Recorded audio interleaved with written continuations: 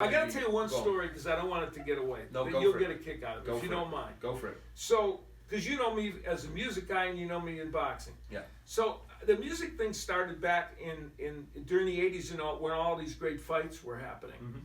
And I used to do music shows. It all started because of Danny McGuigan's dad, who was an Irish tenor, and he. Barry McGuigan. Barry McGuigan. Barry McGuigan. Yeah, Barry, not Danny. Yeah, what am I talking about? Barry McGuigan. And see, now you graded me down. I get graded down. So I'm fighting back. I'm fighting back. Yeah, now look at now I lost. I have no right to grade you now. So Barry McGuigan. Well, you did get Willie Pep's name correct, so we're okay. Yeah, you're good. I'm good. With, look at this thing. Good with the You're Italians. good with us Italian people. Trust me. I can't lose you if I'm good with the I'm Italians. definitely. I can't take you for corned beef and cabbage tonight, but I'm going to take you for pasta. I promise. All right, it's a little trickier with Jimmy because he's dealing with the facts, and that's not fair. So okay, but anyway, Barry McGuigan's dad was an Irish tenor, and they had him do a 3-night engagement before Barry at the Olympic Lounge at Caesar's Palace. It doesn't exist anymore, but it was a great place, and he did 3 nights for Barry McGuigan's fight. It was all fun. The boxing people came, and it was a gathering place, and it was a lot of fun. So I was having dinner with the president of Caesar's Palace and a couple other people, and all of a sudden he looks at me. He said, "Don't you sing?" Because I'd sat in with a lot of people out here, and I said, "Yeah, I like to sing." He said, "Well, we have to do with you what we did with Barry McGuigan's dad."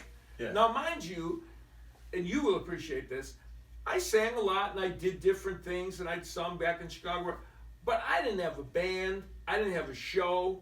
Yeah. I had nothing. And the fight was in 4 months. So I'm like, so of course I said yes, naturally, right? And so I got with the entertainment people. I put together a band. I put together the show, and we're going to do it, right? And so the night, it started 2 nights before the fight, and I go out, and, go out, things are going well.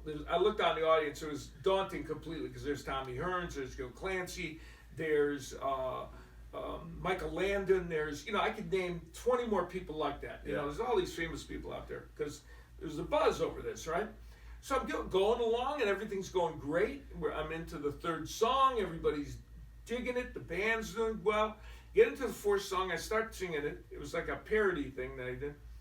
And down at the table to the left, this will explain everything you need to know about the 80s in boxing in Las Vegas, was Butch Lewis and the mayor of Washington, D.C., whose name I forget his name, who had been, who was in the news for that issue. In the news for this, for many things.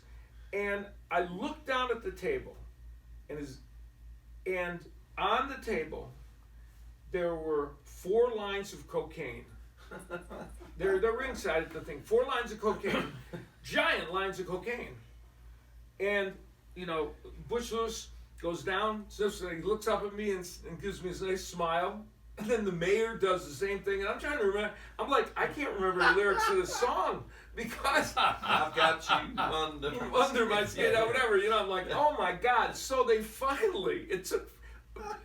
And when I was writing my book, which I forgot to bring copies of for you guys, but I will, I actually wasn't sure if I should put this story in there because you almost, after time, you think, am I embellishing this?